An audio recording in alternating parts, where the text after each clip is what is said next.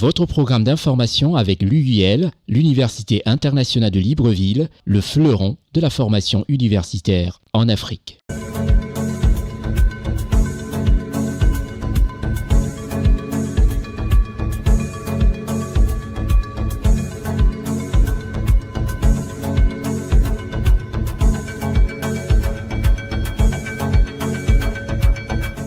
Merci de partager cet instant de bonheur, de politique internationale, surtout panafricaine, en notre compagnie. Je suis Constieka.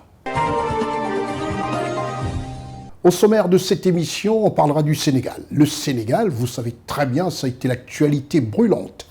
Avec la passation de pouvoir, prestation de serment, passation de pouvoir, investiture du nouveau président de la République du Sénégal, son Excellence Bassirou Diomaye Diakhar Faye. Nous allons parler du Togo, cette courte visite du président de la RDC au pays du président Faure et Sossimba Yassimbe. Nous allons faire un tour au Gabon et voir aussi l'actualité brûlante au Gabon, le dialogue national. Nous irons en Guinée. En Guinée-Conakry, le pays de Mamadi Doumbouya. Ensuite au Congo-Brazzaville, marqué par la venue du président du Sénat français. Nous irons au Cameroun et en Côte d'Ivoire aussi. L'actualité a été brûlante. Restez des nôtres. Nous ouvrons cette émission, ce programme hebdomadaire d'information politique, économique et touristique par la Côte d'Ivoire. La Côte d'Ivoire du président Alassane Ouattara. Le président de la République de Côte d'Ivoire, chef de l'État, Alassane Ouattara, était à l'aéroport international Félix Houphouët-Boigny pour l'accueil de son Excellence, M. Sergio Mattarella, président de la République italienne, pour une visite officielle de 3 jours en Côte d'Ivoire. À cette occasion, un accueil chaleureux lui a été réservé, ainsi qu'à toute sa délégation italienne, comme vous le voyez, comme vous le découvrez à Saint-Estan, à l'aéroport Félix Houphouët-Boigny, en présence du président de la République, son Excellence Alassane Ouattara himself. Reportage Ousmane Koulibaly, Lévite-Vonan. L'Italie est un pays européen bordé par la Méditerranée et l'Adriatique. Le président de la République d'Italie, son Excellence Sergio Mattarella, en visite de travail à Abidjan pour une durée de 72 heures, est arrivé le mardi 2 avril 2024 à 17h30 en Côte d'Ivoire. Il a été accueilli au bas de l'échelle de Coupé par son homologue ivoirien, son Excellence Alassane Ouattara, à l'aéroport international Félix Houphouët-Boigny de Port-Bouët. Le président de la République d'Italie, son Excellence Sergio Mattarella, est âgé de 83 ans, réélu pour un deuxième septennat, avec une majorité absolue par les 1009 sénateurs et députés et responsables régionaux. Après la chaleureuse poignée de main entre les deux chefs d'État, la présentation du corps constitué par le chef d'État ivoirien, son Excellence Sergio Mattarella, a reçu les honneurs dus à son rang, entre autres l'exécution des hymnes nationaux italiens et ivoiriens, exécutés par la garde républicaine, s'en est suivi les honneurs militaires. Les deux chefs d'État ivoiriens et italiens se sont ensuite retirés dans le pavillon présidentiel de l'aéroport international Félix Houphouët-Boigny de Port-Bouët. À la sortie du pavillon présidentiel de l'aéroport, le président de la République d'Italie, son Excellence Sergio Mattarella, a reçu le traditionnel aquaba des chefs traditionnels et têtes couronnées. En effet, cette visite de travail du président Sergio Mattarella est l'occasion pour les deux chefs d'État de discuter des questions bilatérales, régionales et internationales d'intérêt commun. Ainsi, plusieurs accords seront revus dans différents domaines d'activité entre l'Italie et la Côte d'Ivoire. Il s'agit notamment des accords commerciaux, économiques, culturels, éducatifs ou autres visant à renforcer la coopération entre les deux pays. Il est à noter que le président de la République de Côte d'Ivoire, son Excellence Alassane Ouattara, avait effectué 2 visites officielles en Italie en août 2015 dans le cadre de la journée ivoirienne, à l'exposition de Milan et en novembre 2015 pour le sommet de la Valette sur l'immigration.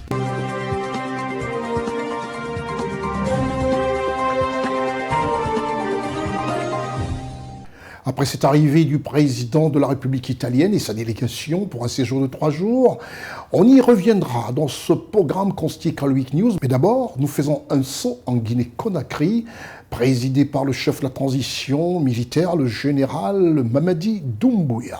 En Guinée-Conakry, le président de la République, son Excellence Mamadi Doumbouya, a reçu la prestation des serments des ministres et ambassadeurs accrédités en République de Guinée-Conakry. Un reportage de Charlotte Abdoulaye, Richard Gérard Gozo et Marcel Bassolet.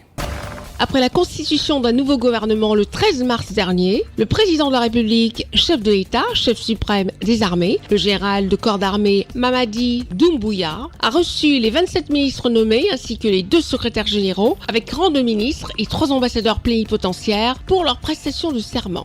Le jeudi 28 mars 2024, dans la salle de conseil des ministres du Palais Mohamed V. La cérémonie s'est déroulée en présence des hautes personnalités telles que le Premier ministre chef du gouvernement, Amadou Ouriba, le ministre secrétaire général de la présidence, le général Amara Kamara, et le ministre directeur du cabinet présidentiel, Djiba Diakité. La prestation de serment est devenue désormais une tradition en Guinée, une occasion solennelle, ainsi qu'un acte officiel qui engage les différents prestataires à respecter les dispositions de la charte de transition, à œuvrer en droite ligne avec la vision du CNRD dans l'intérêt général du peuple de Guinée.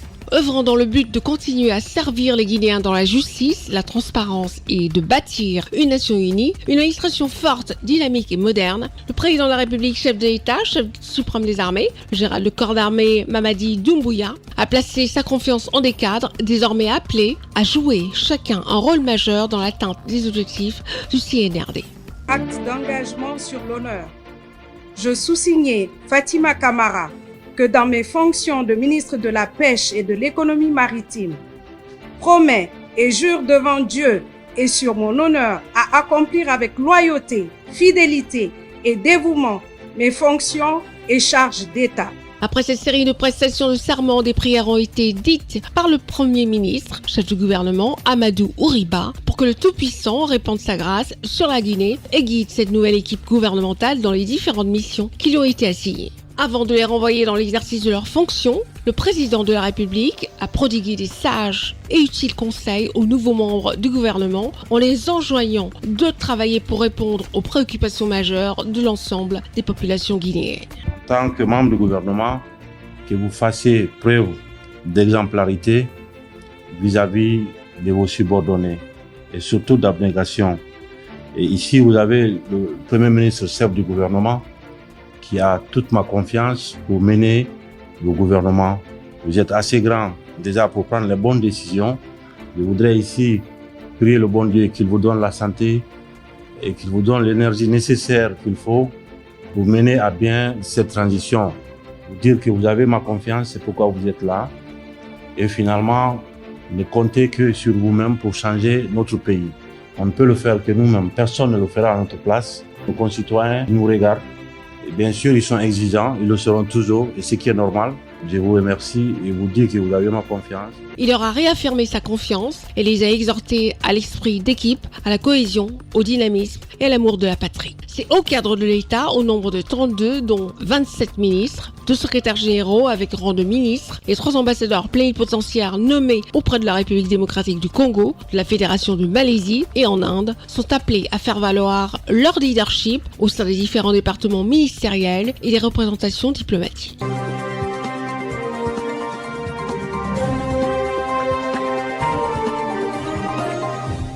Après la Guinée-Conakry, qui se comporte merveilleusement bien, et la prestation des serments des ministres du gouvernement, puisque c'est désormais cela en Guinée-Conakry, tous les ministres prêtent serment, ainsi que les ambassadeurs accrédités. Nous allons faire un crochet du côté du Cameroun. Au Cameroun, présidé par son Excellence Paul Biya, président de la République du Cameroun. Dans ce pays situé au centre de l'Afrique équatoriale, il s'agit de parler de la transformation d'un tubercule appelé le manioc. Et dans la ville de Saint-Mélima, dans la région du sud au Cameroun, une prise de conscience réelle, comme nous le confirme M. Christophe Eken, président du CECIMA. La transformation du manioc devient une chose évidente dans cette région du Sud Cameroun, comme nous l'atteste ce reportage signé Raoul Sankoué, Eric Bikek et Séverin Tchatchoua. Après les tests concluants de fonctionnement de ces machines, en mai 2023, la société de transformation du manioc de Saint-Mélima, Sotrama, a présenté le 27 mars 2024 à la Chambre de commerce de l'industrie, des mines et de l'artisanat du Cameroun ses réelles capacités de transformation du manioc en amidon et en farine. Vous savez, l'usine tourne, mais malheureusement, elle n'a pas pu fonctionner à cause du manque de la matière première. Donc aujourd'hui, nous sommes rassurés d'avoir de la matière première et de pouvoir produire de l'amidon, de la farine pour livrer les fournisseurs de la place à un bon prix. Donc voilà ce que je peux dire déjà. Au niveau des petites et moyennes entreprises, je pense qu'une entreprise de ce genre possède toujours autour d'elle, en amont comme en aval. En amont au niveau des plantations, des petites et moyennes entreprises qui peuvent produire le manioc, et en aval pour des petites et moyennes entreprises d'emballage, de livraison, de consommation, etc. Donc voilà pourquoi nous sommes ici réunis aujourd'hui avec les fournisseurs, dont particulièrement Madame, qui représente une grande société de la place. Je ne voudrais pas en faire la publicité, je lui laisse le soin. Mais nous sommes aujourd'hui heureux de voir que le gouvernement a repris ce projet en main et nous sommes là pour l'accompagner jusqu'au bout pour que ça se réalise. Car c'est une vérité et l'import-substitution telle que vous avez posé la question est une réalité. Et le manioc en est également une véritable réalité quand on regarde tout ce que le manioc peut produire et les sous-produits. Rien ne se perd, rien ne se crée avec le manioc. Elle a également présenté devant le président de la CICIMA, l'honorable Christophe Equin, des responsables du gouvernement et de ses potentiels partenaires, les atouts de l'entreprise à générer des richesses et des emplois. L'occasion pour nous de rassurer que la SOTRAMAS a fait sa mue. Nous sommes allés au fond depuis 2 ans avec l'appui du gouvernement. Nous avons remis tous à l'ordre. Les pendules sont remises à l'heure. Et je peux assurer tous nos clients que la SOTRAMAS sera capable, je dis bien capable, de fournir en quantité et en qualité les matériels dont ils ont besoin. Alors que le manioc était jusqu'à date exporté à 80% à l'état brut, le fonctionnement de cette usine à plein régime va permettre la transformation de 120 tonnes de manioc local en amidon par jour afin de pouvoir satisfaire la clientèle locale et sous-régionale. Séance de travail dans le cadre de la politique nationale de l'import-substitution. Nous sommes très enthousiastes de constater l'avancement du SOTRAMAS dans la production de la farine de manioc et dérivés. Vous le savez, Nestlé est un acteur majeur, promoteur du Made in Cameroun, dont nous pensons que les perspectives sont très bonnes pour l'avenir. Un projet soutenu par le gouvernement camerounais et les entreprises partenaires. Je voudrais d'abord remercier le gouvernement de la République pour la politique de l'import-substitution. Et je voudrais dire que la politique de l'import-substitution est sur 2 piliers, ou 3 piliers en général. La valorisation des prix marchands, l'augmentation de la productivité et la transformation des qualités. Et je pense que sur ces 3 volets, nous avons soutenu depuis 2 ans la SOTRAMAS dans le cadre du programme dont je suis le coordonnateur sur la mise en place de l'écosystème. L'écosystème qui est effectivement cette chaîne de valeur qui fait en sorte que les petits producteurs soient interconnectés aux moyens producteurs et que les moyens producteurs soient interconnectés aux grands producteurs et les consommateurs, le prix arrive sur le marché à des prix relativement bas pour que vive le Made in Cameroun dans notre pays. La transformation du manioc à grande échelle par la SOTRAMAS va davantage renforcer la politique d'import-substitution prônée par le président de la République, son Excellence Paul Biya.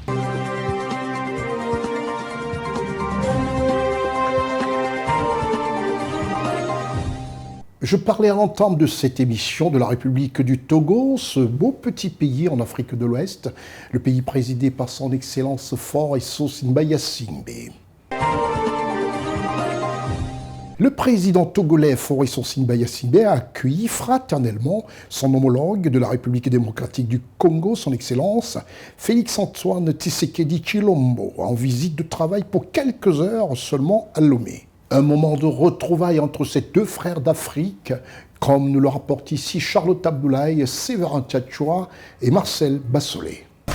À l'invitation du président de la République du Togo, son Excellence Faure Essosinbayasimbe, le président de la République démocratique du Congo, son Excellence Félix-Antoine Tshisekedi Tshilombo, a effectué le 27 mars 2024 une visite d'amitié et de travail à Lomé. Accueillis au pied de la passerelle par son Excellence Faure Essosinbayasimbe, après les cérémonies d'usage, les 2 chefs d'État se sont rendus au palais présidentiel. Ce déplacement du président de la République démocratique du Congo, son Excellence Félix Antoine Tshisekedi Tshilombo, s'inscrit dans le cadre des consultations régulières entre les deux dirigeants visant à renforcer la coopération qui lie le Togo et la République démocratique du Congo, RDC. Le chef de l'État togolais, son Excellence Faure Essozimna Gnassingbé, et son homologue congolais, son Excellence Félix Antoine Tshisekedi Tshilombo, ont eu des entretiens en tête-à-tête au cours desquels ils ont passé en revue la coopération bilatérale et réaffirmé leur volonté à œuvrer au renforcement de ce partenariat dans divers domaines d'intérêt commun. Les deux chefs d'État ont également évoqué les questions de paix et de sécurité dans les différentes régions du continent. La dernière rencontre entre les deux dirigeants remonte au 28 juillet 2023 à Kinshasa lors de la cérémonie inaugurale des 9e Jeux de la francophonie à Kinshasa.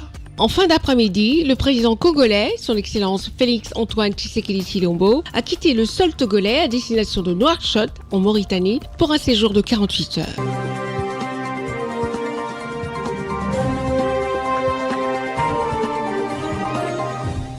Après le Togo, nous atterrissons en Côte d'Ivoire, le pays présidé par son Excellence Alassane Ouattara. Et je disais tantôt en parlant du Cameroun, la transformation locale de cette tubercule, à savoir le manioc, en Côte d'Ivoire, au pays du président Alassane Ouattara, on est un peu focalisé sur le cacao.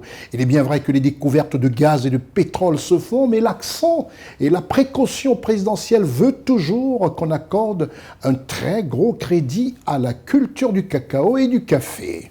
Le ministre d'État, ministre de l'Agriculture, du Développement rural et des productions vivrières, M. Kobenan Kwasi Adjoumani, a tenu une conférence dans les locaux de son ministère au quartier administratif Le Plateau, au cœur d'Abidjan, la capitale économique de la Côte d'Ivoire. Une occasion pour le ministre d'État d'annoncer le prix aux producteurs du kilogramme de cacao, décidé par l'État de Côte d'Ivoire pour le bonheur des producteurs. Recadrer la désinformation qui fait son lit quelquefois dans la presse. À cette conférence de presse où prenaient part la presse nationale et la presse internationale. CNN présent dans les lieux par la caméra d'Ousmane Coulibaly, assisté de Lévite Vonon et la post-production de Marcel Bassolé.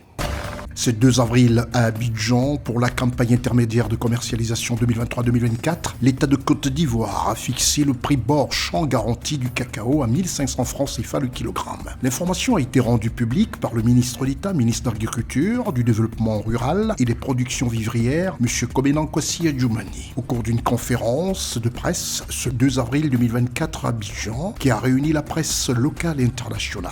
Le ministre d'État a été d'une clarté sans faille pour le grand bonheur des exploitants agricoles cacao. Nous vous informons que pour la campagne intermédiaire, le résultat des ventes par anticipation de la période de la récolte de la période d'avril à septembre 2024 a permis de réaliser un prix CAF moyen de 2326 francs CFA le kilogramme. Sur cette base, l'État de Côte d'Ivoire a décidé de servir le prix aux producteurs à 1500 francs le kilogramme, soit 64% du prix CAF de réalisation. Pour le ministre d'État, c'est un niveau de prix jamais réalisé dans l'histoire de la filière cacao en Côte d'Ivoire. C'est aussi la première fois que le prix de la campagne intermédiaire est supérieur à celui de la campagne principale. Si la dynamique de la hausse des cours mondiaux se maintient ainsi, on aura encore des très bonnes nouvelles à vous annoncer la campagne prochaine, a assuré M. Kobenan Kwasi Adjoumani, non sans saluer toute la clairvoyance dont le chef de l'État, son Excellence Alassane Ouattara, a fait preuve pour la filière café-cacao. C'est un niveau de prix jamais réalisé dans l'histoire de la filière cacao en Côte d'Ivoire. C'est aussi la première fois que le prix de la campagne intermédiaire est supérieur à celui de la campagne principale.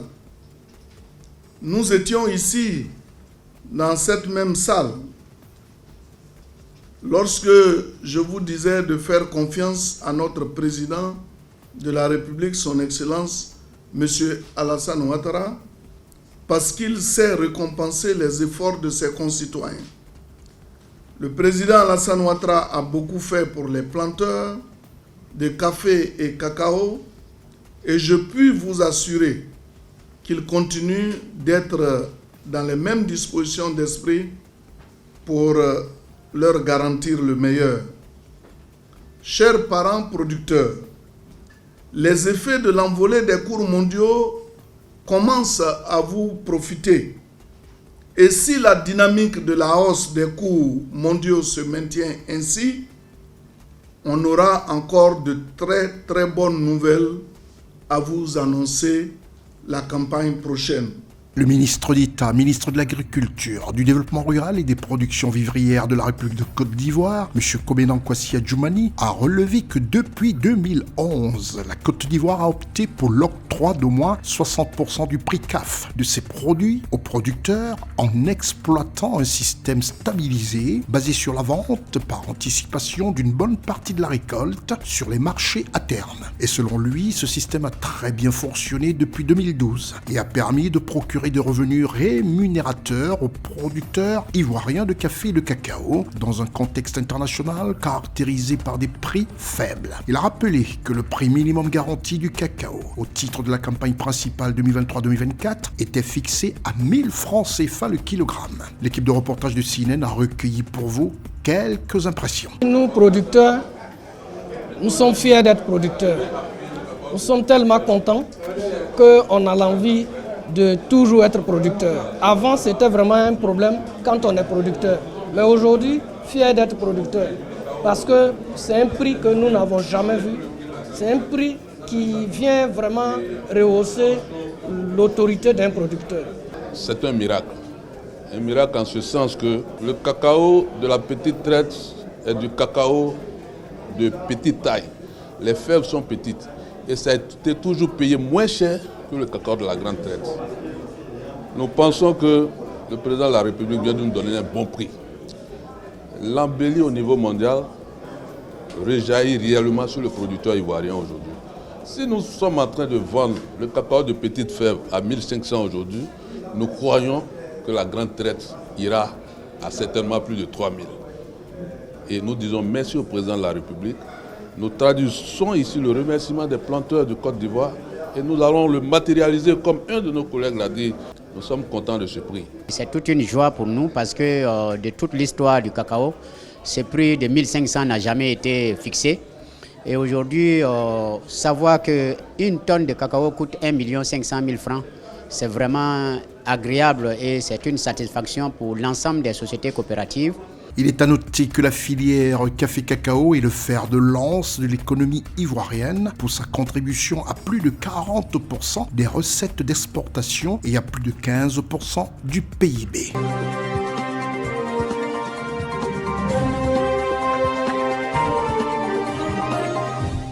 Après la Côte d'Ivoire, nous retournons en Afrique centrale pour parler du Gabon. Le Gabon qui, le 2 avril, pendant que du côté du Sénégal, on parlait de prestations de serment, on parlait d'investiture et de passation de pouvoir au Gabon, tel avait prévu le président de la transition, son Excellence Brice Clotaire Oligui Nguema, respectant toutes les dates. C'était l'ouverture du dialogue national, présidé par son Excellence, le général chef de l'État gabonais, Brice Clotaire Oligui Nguema, qui, comme annoncé et attendu, le mardi 2 avril 2024, a vu les travaux du dialogue national inclusif s'ouvrir par une somptueuse et solennelle cérémonie qui à jamais sera marquée dans le marbre de l'histoire du Gabon. Notre correspondant à Libreville, Teddy Ossé.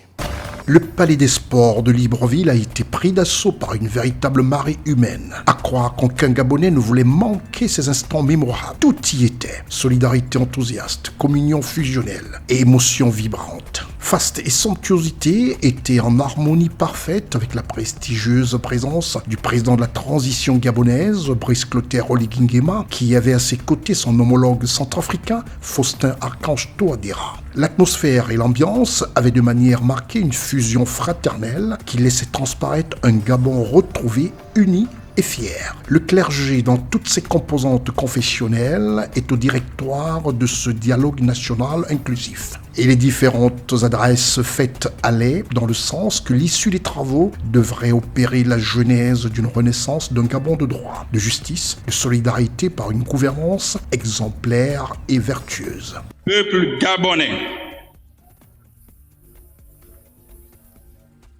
La solennité de l'événement de ce jour, du 2 avril 2024, nous invite à l'observation d'une minute de silence, en hommage à tous ces Gabonaises et Gabonais épris de valeurs démocratiques qui nous ont précédés dans l'au-delà. Ouvrir ces travaux du dialogue national inclusif équivaut à ouvrir une page de ce grand livre de notre histoire. Permettez-moi de commencer par remercier le président de la République centrafricaine, Faustin Archange Touadéra,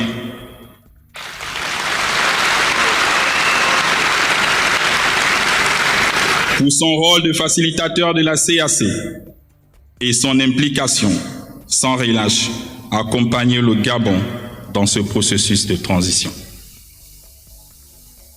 Ces remerciements s'adressent également à tous nos amis de la CAC, dont l'action déterminante a déjà permis d'aboutir à la levée des sanctions qui pesaient sur le pays. L'armée a fait sa part. Il revient donc au clergé, à l'Église, de faire la leur.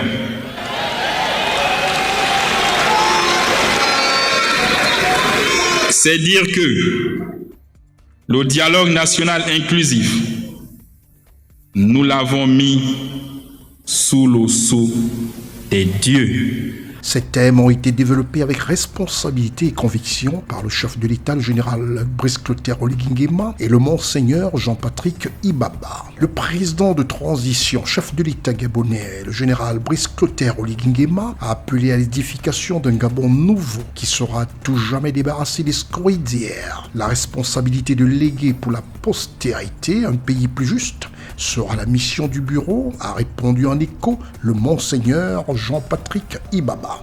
Chers compatriotes, ce dialogue constitue, j'en suis convaincu, l'espoir de tous les Gabonais de voir enfin notre cher pays sortir de ces crises multiformes et d'emprunter résolument et définitivement le chemin de la restauration des valeurs, de l'intégrité, de la fraternité, du partage, du développement socio-économique qui font les grandes nations.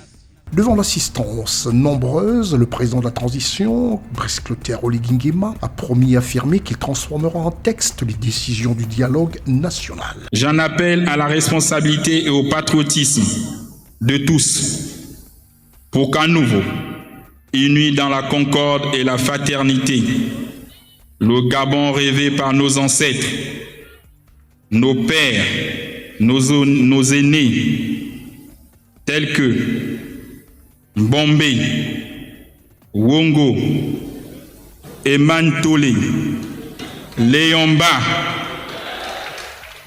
René Paul Soussat, Germain-Ba, Paul Indjenje Ngonjo, Omar Bongo, Nduna Depeno, Simon Oyonaba, Joseph Renzambe, Martine Oulabou, Pierre Mambundu et bien d'autres s'éveillent et demeurent dignes d'envie.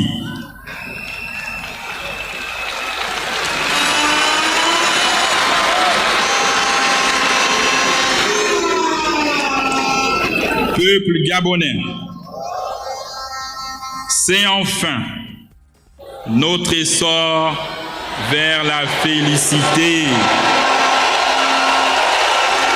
Honneur et fidélité à la patrie, je déclare ouvert les travaux du dialogue national inclusif.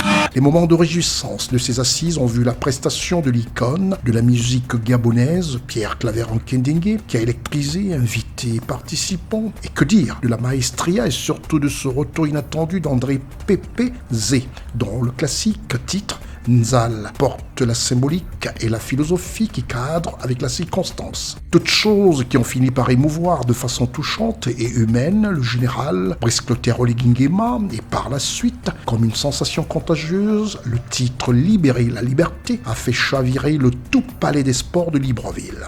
Le prince Martin Rompavette n'était pas en reste, mais plutôt bien en verve en chantant son ode à la démocratie. Les Gabonaises et les Gabonais ont un mois pour confectionner et écrire une page nouvelle qui viendra consacrer un véritable état de droit tel que souhaité par tous.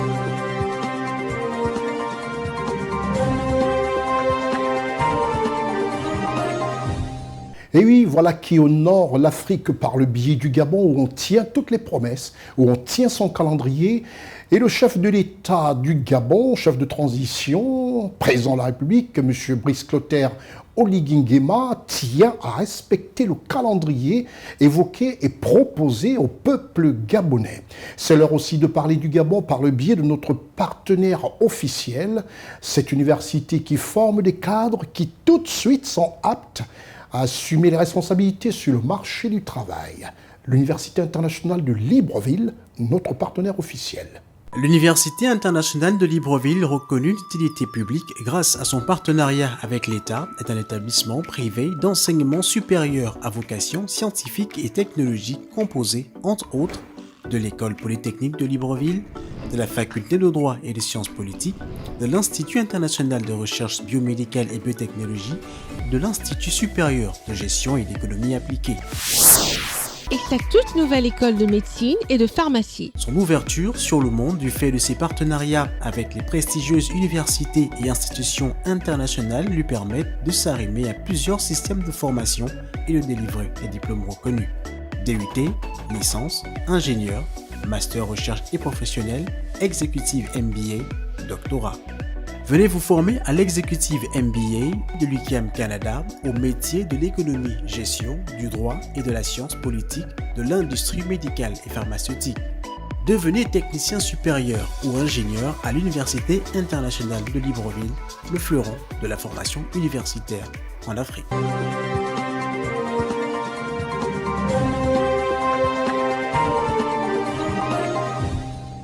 Et oui, plus besoin de quitter notre belle Afrique. Voilà une grande école, une grande université qui rouvre ses portes à tous les Africains avec des professeurs à guérir l'enseignement supérieur pour le bonheur de notre Afrique. Nous quittons le Gabon pour le Congo juste après la réclame. Au Congo-Brazzaville, dirigé par le président Denis Sassou Nguesso, l'heure a été à l'accueil réservé à la délégation du Sénat français. Le président du Sénat français, M. Gérard Larcher, a séjourné à Brazzaville, au Congo, et a été accueilli par son homologue congolais, M. Pierre Ngolo. Durant ce séjour, un entretien a été prévu avec le président de la République congolaise, son Excellence Denis Sassou Nguesso, comme nous le rapportent ici Charlotte Abdoulaye et Bassonnet Marcel. Il est un peu plus de 20 heures quand le président du Sénat français, M. Gérard Larcher, est accueilli à l'aéroport international de Maya-Maya, à Brazzaville, par son homologue congolais, M. Pierre Ngolo. En toile de fond du séjour de travail du président du Sénat français, M. Gérard Larcher en terre congolaise, le renforcement des liens de coopération parlementaire entre le Sénat français et le Sénat congolais. Le but majeur de cette visite est de concrétiser l'accord de coopération signé entre les deux Sénats en décembre 2023 en France. Nous avons décidé en effet de prendre le temps de rencontrer, de partager, de construire le partenariat entre nos deux Sénats et de nous consacrer qu'à la République du Congo. C'est vraiment la marque de ce déplacement. C'est vraiment de mettre en œuvre d'abord cet accord de coopération que nous avons signé au mois de décembre.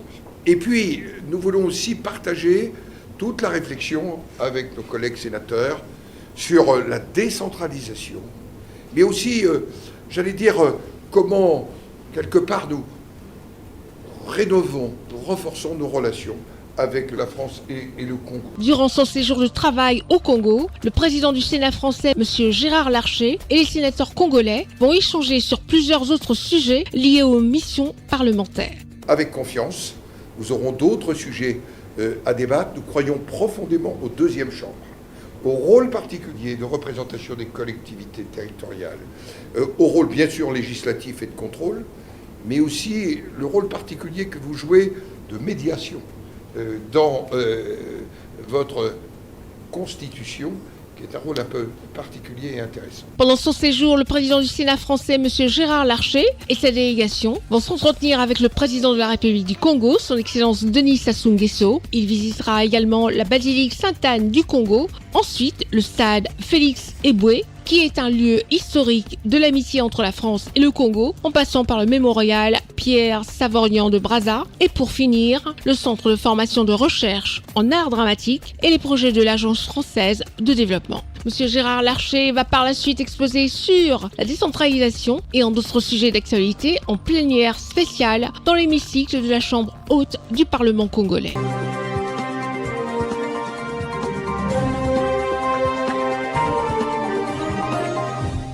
Retour en Côte d'Ivoire pour parler de ce séjour du président italien, M. Sergio Mattarella. Un séjour prévu pour 3 jours.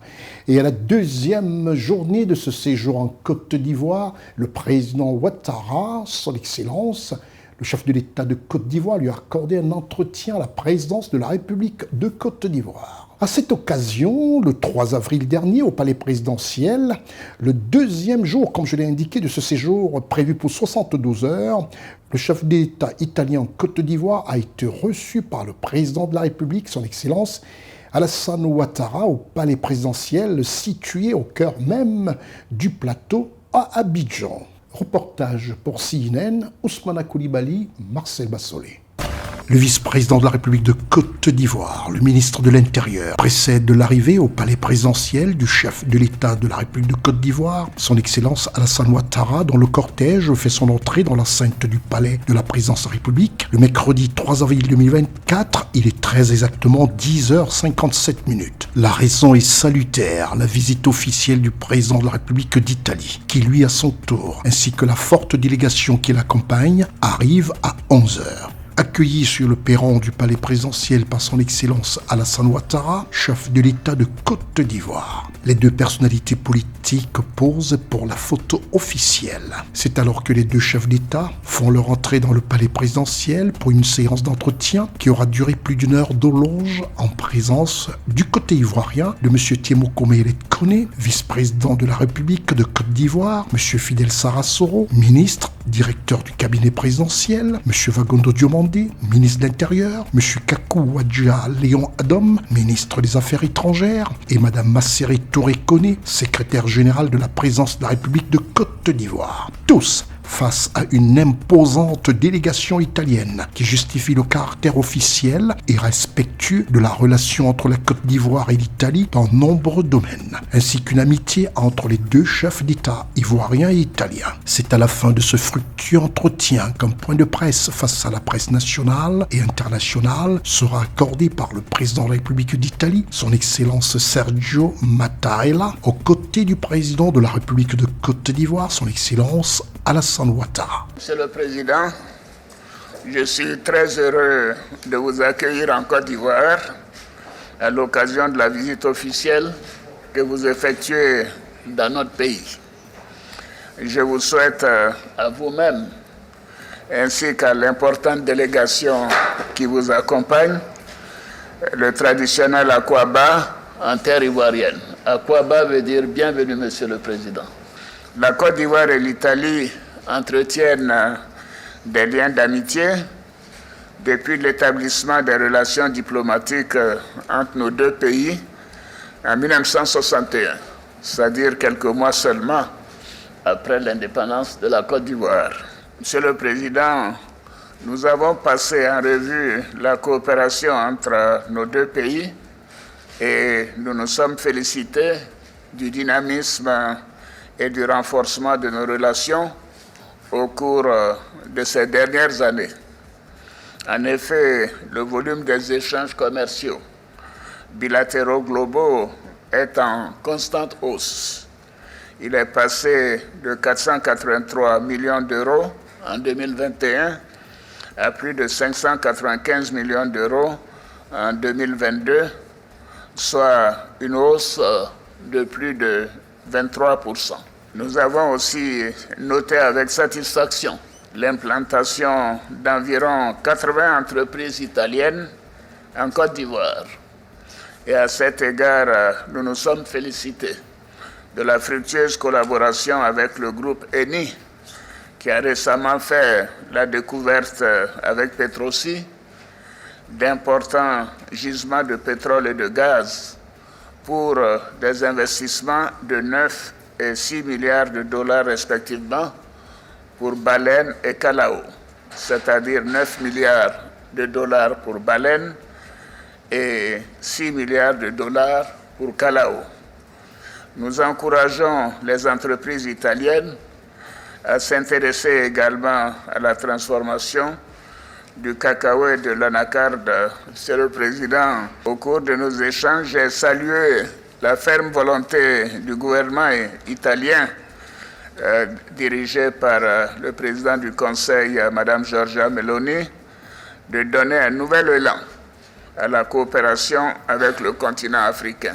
Oui, cela s'est traduit par la tenue en janvier 2024 du premier sommet Italie-Afrique, au cours duquel le plan Mattei, un plan d'investissement opérationnel d'un montant global de 5,5 milliards d'euros, a été lancé dans les domaines prioritaires de l'éducation, la formation professionnelle, la santé, l'économie, l'énergie, l'eau, la sécurité alimentaire et les infrastructures. Je me réjouis que la Côte d'Ivoire ait été sélectionnée pour le volet santé, comprenant les femmes, les enfants et les personnes vulnérables. Nous avons aussi évoqué les questions liées à la lutte contre la migration irrégulière, ainsi que le choix porté sur la Côte d'Ivoire pour être parmi les pays bénéficiaires du programme 2023-2025 du flux d'entrées légaux en Italie pour des travailleurs étrangers. Je vous ai réaffirmé la disponibilité de la Côte d'Ivoire à continuer à œuvrer dans le cadre de l'accord signé entre les deux ministres en charge de la sécurité à lutter contre la migration irrégulière en direction de l'Italie. En ce qui concerne la situation sous-régionale et mondiale, nous avons noté que la situation est préoccupante dans notre sous-région et dans le monde du fait des changements climatiques, mais également au plan politique des changements anticonstitutionnels dans plusieurs pays de l'Afrique de l'Ouest, des attaques de groupes armés terroristes et bien évidemment de la crise en Ukraine et de la situation à Gaza. Il est nécessaire de trouver urgemment une solution à ces crises et de permettre, surtout pour Gaza, l'accès humanitaire dans cette enclave. Je voudrais, Monsieur le Président et chers amis, vous renouveler mes remerciements pour votre visite et vous réaffirmer la disponibilité de la Côte d'Ivoire à œuvrer au renforcement des relations historiques d'amitié et de coopération entre nos deux pays. Bon séjour en Côte d'Ivoire. Le président Alassane Ouattara a rappelé à la presse nationale et internationale les excellentes relations entre l'Italie et la Côte d'Ivoire, ainsi qu'un tour horizon qu'ils ont effectué durant leur entretien sur l'économie nationale, le terrorisme, la situation dans le Moyen-Orient, avec une grande satisfaction du président italien sur les excellentes relations de coopération entre son pays et la Côte d'Ivoire, comme il l'a confirmé, date de 1961. Je vous remercie beaucoup, Monsieur le Président, de l'accueil que vous m'avez réservé, que vous avez réservé à ma délégation. Les relations entre la Côte d'Ivoire et l'Italie sont excellentes en raison de l'amitié qui existe entre nos deux pays et également du fait que nous partageons les mêmes valeurs fondamentales qui sont celles de la paix, de la solidarité et du dialogue entre les pays. Nous avons exprimé également notre engagement en vue de la stabilité et du développement du continent africain et de l'Afrique de l'Ouest notamment.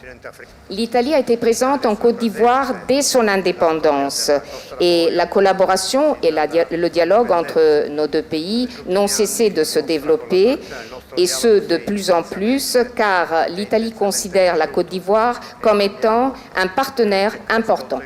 Nous avons parlé avec le président Ouattara d'accroître, de renforcer notre collaboration également dans le domaine culturel, dans le domaine des universités, également de l'échange de jeunes. J'ai remercié le président Ouattara de la contribution de la Côte d'Ivoire à l'économie italienne. J'ai également remercié le président Ouattara pour son appréciation du plan Mattei, dont le but est de travailler en commun pour développer le continent africain. Et nous comptons beaucoup sur la collaboration de la Côte d'Ivoire, Monsieur le Président, pour concevoir, décider et mettre en œuvre des initiatives, des actions dans le domaine de la formation, par exemple, et dans d'autres domaines dont nous avons parlé. Et ce, parce que nous sommes convaincus d'un avenir commun entre l'Afrique et l'Europe, d'un partenariat qui doit être concret, qui doit être égalitaire, qui doit être basé sur le respect mutuel. Nous reconnaissons le rôle de la Côte d'Ivoire en faveur de la stabilité dans la région et nous soutenons l'action de la Côte d'Ivoire et de la CEDEAO qui est très importante dans ce domaine, justement pour renforcer la stabilité dans la région. Ce qui nous unit également, Monsieur le Président, c'est notre lutte contre le terrorisme djihadiste qui met en danger la coexistence paisible entre nos peuples. L'Italie souhaite contribuer aux activités de l'Académie internationale de lutte contre le terrorisme, qui a son siège ici en Côte d'Ivoire. Également, je voudrais souligner notre détermination à lutter contre la piraterie et les trafics dans le golfe de Guinée. Nous avons également parlé de la crise en Europe et au Moyen-Orient et nous avons beaucoup apprécié la position de la Côte d'Ivoire vis-à-vis de l'agression de l'Ukraine par la Russie. Position de la Côte d'Ivoire qui est pleinement conforme aux valeurs et aux principes des Nations Unies. Et je voulais aussi renouveler à Monsieur le Président et à tout le peuple ivoirien nos félicitations pour avoir remporté la Coupe d'Afrique. Les éléphants, la victoire des éléphants qui a été un grand succès non seulement dans le domaine sportif mais également sur le plan de l'organisation. Après une demi-heure d'horloge face à la presse nationale et internationale, teintée parfois d'humour respectif des deux chefs d'État, la cérémonie s'est achevée à la grande satisfaction générale du président de la République de Côte d'Ivoire, son Excellence Alassane Ouattara, et son homologue italien, son Excellence Sergio Mattarella.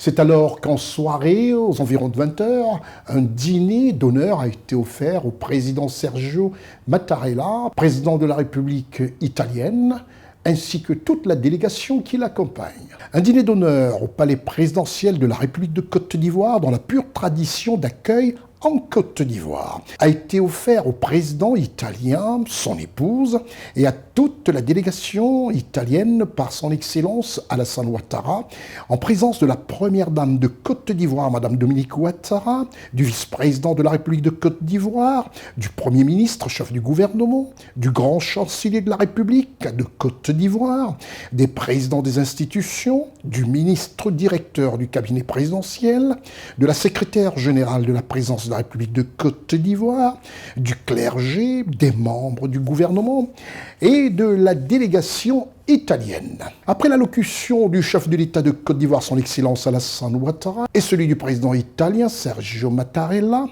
un toast levé par les chefs d'État comme pour ouvrir ce dîner offert dans la salle des pas perdus de la présidence de la République de Côte d'Ivoire. Et à cette occasion, le président italien Sergio Mattarella a été élevé à la dignité de Grand Croix de l'Ordre national de Côte d'Ivoire par le grand chancelier de la République de Côte d'Ivoire. Quelques photos souvenirs ont marqué ainsi cette belle soirée ivoiro-italienne qui clôture aussi la fin de séjour en Côte d'Ivoire du président italien Sergio Mattarella, qui était accompagné de son épouse et une forte délégation italienne pour une visite officielle dans un pays ami de l'Italie, la Côte d'Ivoire, marqué par le sceau d'une amitié entre son Excellence Alassane Ouattara et son Excellence Sergio Mattarella.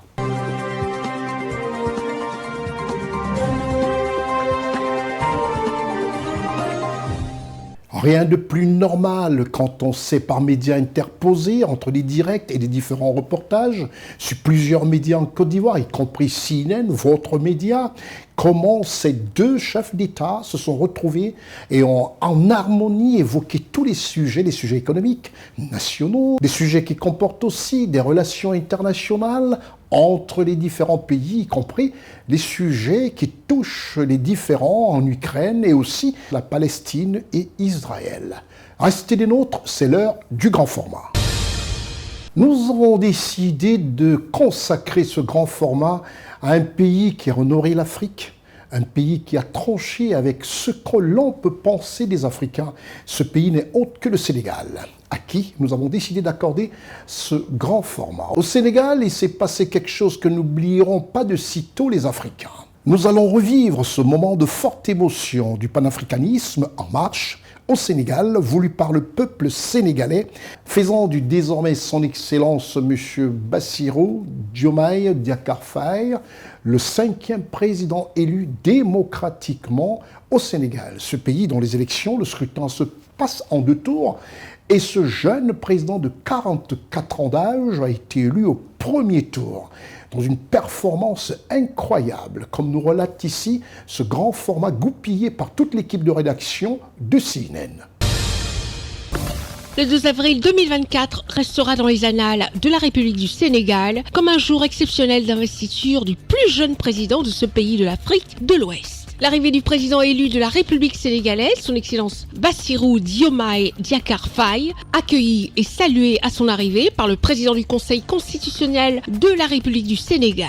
C'est alors qu'il fait son entrée vêtu d'un costume bleu nuit qui lui va à merveille, accompagné du ministre des Affaires étrangères du Sénégal, du président du Conseil constitutionnel du Sénégal, direction le salon d'honneur pour une dernière concertation avec le président du Conseil constitutionnel, alors que dans la salle pleine à craquer sont installés des invités et s'ensuit un ballet de personnalités nationales et étrangères, des chefs d'État des pays amis, des chefs de mission diplomatiques, des représentants d'institutions, des représentants des chefs d'État, à l'exemple de son Excellence Siemoko Meïlé Koné, vice-président de la République de Côte d'Ivoire. Une prestation de serment inédite par une élection inédite dans le calme du plus jeune président africain élu démocratiquement. Ce qui a grandi le Sénégal face à l'opinion internationale, de voir que le Sénégal n'a jamais failli à sa vocation de grand pays démocratique, ayant depuis le 24 mars 2024 un nouveau chef d'État âgé de 44 ans, élu au premier tour avec plus de 54,28% de suffrages exprimés. Monsieur Bassirou Diomaye Diakhar Faye à l'élection présidentielle du 24 mars 2024. En effet, c'est sans bavure que le peuple sénégalais a choisi massivement de porter ses espoirs sur ce compatriote dont, à première vue, l'image et le discours sont empreints d'humilité et de sobriété. Excellence, Monsieur le Président de la République, Bassirou Diomaye Diakhar Faye.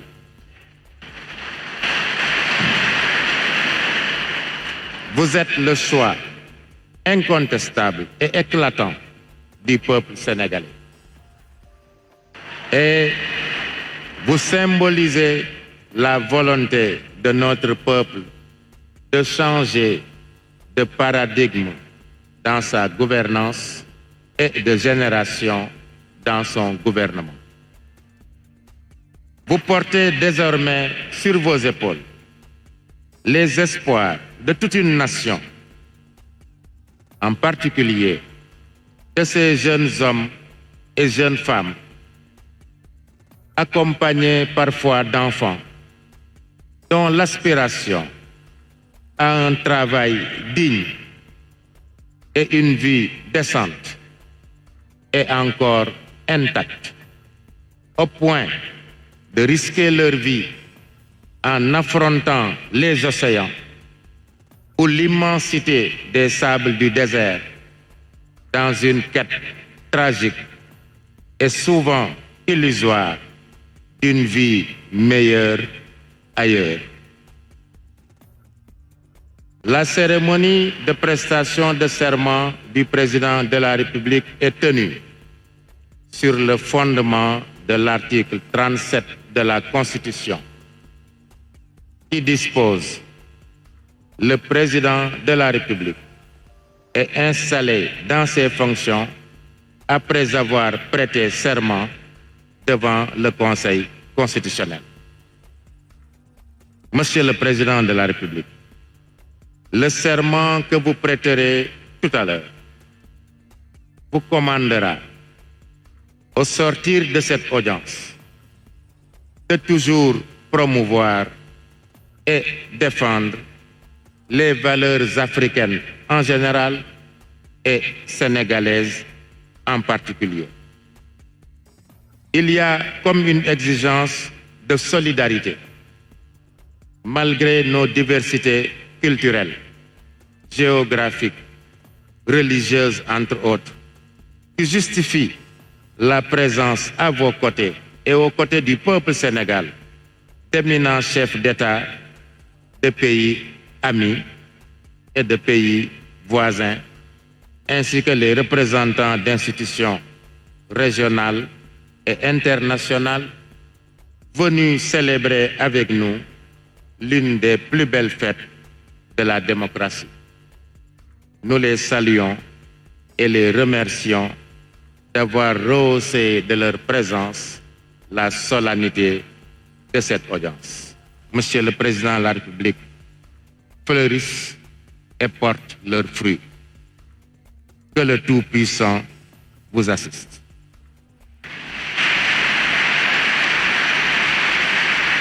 C'est alors que le Conseil constitutionnel va féliciter le nouveau président installé dans ses fonctions avec des vœux d'encouragement et de conseils précieux, parmi, entre autres, la main de Dieu qui lui a valu cette élection d'être le 5e président de la République du Sénégal. C'est alors que son Excellence Bassirou Diomaye Diakhar Faye s'est retiré pour recevoir les honneurs militaires après s'être fait porter l'écharpe verte de Grand Croix de l'Ordre national du Lion et de la Plaque avant de se faire remettre le collier de Grand Maître de l'Ordre national du Lion. Monsieur le Président de la République va se retirer pour recevoir les honneurs militaires qui lui seront rendus par un détachement interarmé. La revue du détachement mettra fin à la cérémonie de prestation de serment. Je vous remercie de votre aimable attention. À présent, Son Excellence, Monsieur le Président de la République, est respectueusement invité à se retirer à la salle d'attente pour se faire porter l'écharpe de Grand Croix de l'Ordre national du Lion et la plaque. À l'issue, il rejoindra le Présidium pour se faire remettre le collier du Grand Maître de l'Ordre national du Lion. À la suite de ce cérémonial, le nouveau président élu, Bassirou Diomaye Diakhar Faye, s'est retiré en compagnie du directeur du protocole de la présidence de la République sénégalaise pour recevoir les sceaux de la République et ensuite viendra sur le pupitre prononcer son premier discours officiel en qualité de 5e président élu de la République du Sénégal. Je mesure le poids de la responsabilité et la gravité de la charge, et qu'il me soit permis de rendre grâce à Dieu Tout-Puissant, le Maître des destins, et d'exprimer ma profonde gratitude à ma famille pour son soutien indéfectible et surtout au peuple sénégalais pour la confiance placée en moi. Ce grand peuple que nous sommes,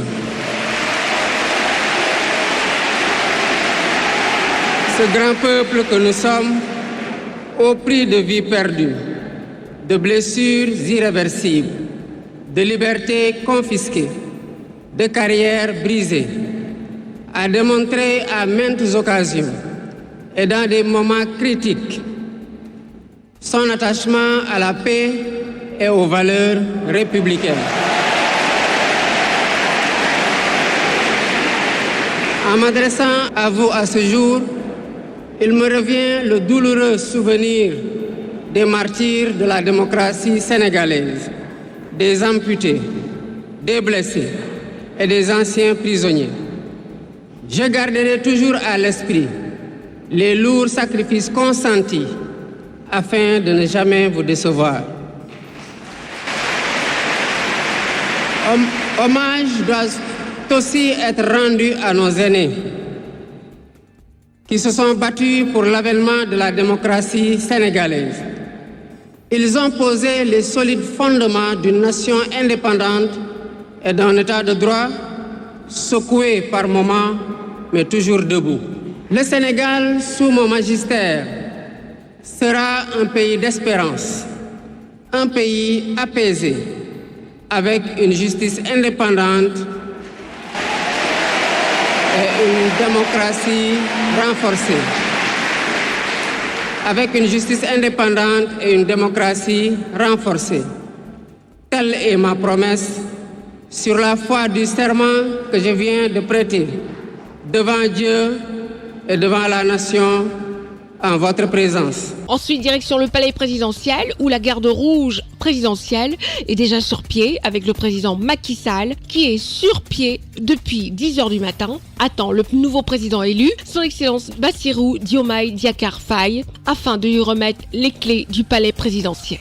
Ballet de la cavalerie présidentielle des grands jours, population en joie, massée autour du parcours, emprunté par le cortège du nouveau président de la République du Sénégal pour une passation de pouvoir comme on en aimerait voir désormais sous les cieux africains. 21 coups de canon ont marqué l'arrivée du nouveau président, tout de blanc vêtu. Le président sortant Macky Sall va accueillir le nouveau président élu et ensemble, les deux hommes vont s'entretenir pour une passation de pouvoir selon les règles et lois de la République du Sénégal.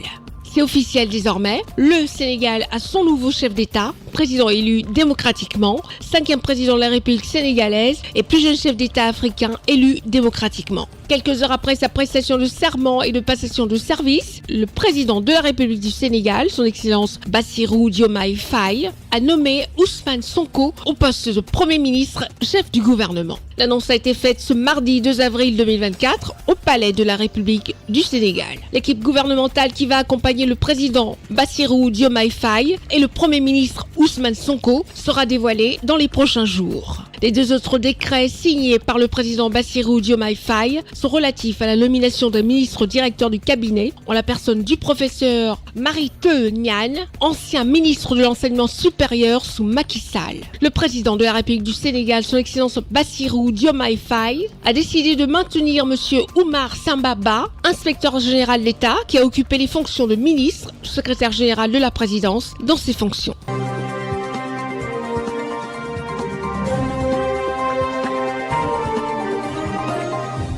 Juste après cette investiture, cette prestation de serment et cette passation de pouvoir, contrairement à ce qui se fait ailleurs, le nouveau chef d'État sénégalais, son Excellence Bassirou Diomaye Diakhar Faye, a procédé de facto à la nomination du Premier ministre, M. Ousmane Sonko, Premier ministre de la République du Sénégal. C'était votre programme d'information avec l'UIL, l'Université internationale de Libreville, le fleuron de la formation universitaire en Afrique.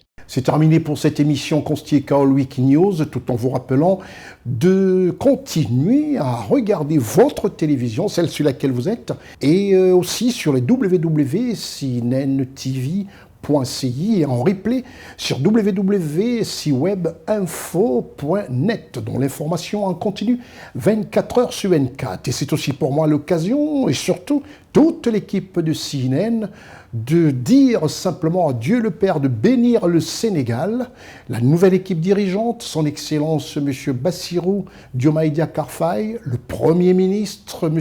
Ousmane Sonko, que l'Afrique puisse, à travers cette jeune équipe dirigeante, faire preuve de toutes les capacités de la jeunesse africaine.